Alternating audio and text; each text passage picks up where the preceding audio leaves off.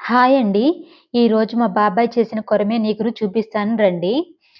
First చేపలొండుకునే దాక పెట్టుకొని, అందులో కొంచెం ఎక్కువ ఆయిల్ పోసుకొని, పుదీనా, కరివేపాకు వేయించుకున్నామండి.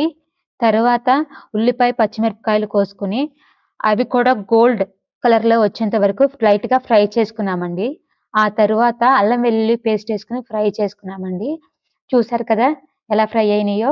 అందులో కొంచెం పసుపు, రుచికి సరిపడిన సాల్ట్, రుచికి తగినంత కారము.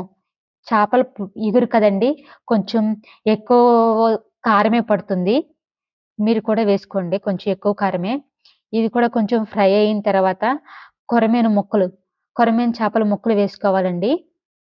ఇవి కూడా కొంచెం లైట్‌గా ఫ్రై చేసుకోవాలండి ఫస్ట్ మనము. ఇది ఒరిజినల్ కొరమేనా కాదా అని మనకెలా తెలుస్తుందంటే, ఈ ముక్కల్ని మనం నూనెలో వేసుకున్నప్పుడు, ఈ ముక్కలు వంకర తిరుగుతాయండి. అప్పుడు ఇది ఒరిజినల్ కొరమేను. ఇప్పుడు మా ముక్కలు కూడా చూడండి కొంచెం వంకరగా తిరిగినియి. ఇందులో కొంచెం నీళ్లు పోసుకొని, మనం కొంచెం సేపు మూత పెట్టుకొని ఉడికించుకుందామండి. కొంచెం సేపు ఒక 10 నిమిషాలు ఉడికిన తర్వాత, గరం మసాలా వేసుకుందాము. ఈ మసాలాని మనము ఇంట్లోనే రెడీ చేసుకుందామండి. దానిలో కావాల్సినవి చెక్క, లవంగం, ధనియాలు, జీలకర్ర ఇవి లైట్‌గా కొంచెం ఫ్రై చేసుకొని పొడి చేసుకోవాలండి. ఇవి ఇంట్లోనే తయారు చేసుకోవచ్చు. ఈ పొడి వేసుకున్న తర్వాత లైట్‌గా మనము చక్కగా ముక్క పాడవకోకుండా కలుపుకోవాలి.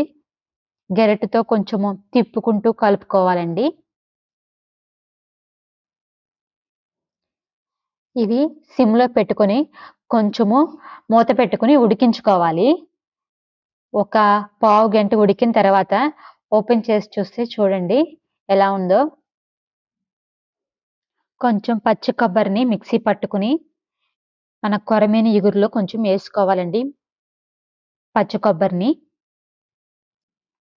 ఈ కొబ్బరి వల్ల టేస్ట్ ఇంకా ఇంప్రూవ్ అయిద్ది. చాలా బాగుంటుంది. కొబ్బరి వేసిన తర్వాత మంచిగా మిక్స్ చేసుకొని, ఇంకొంచెం సేపు ఉడకనివ్వాలి. ఒక పావుగంట సేపు మూత పెట్టుకొని ఉడికించుకోవాలి.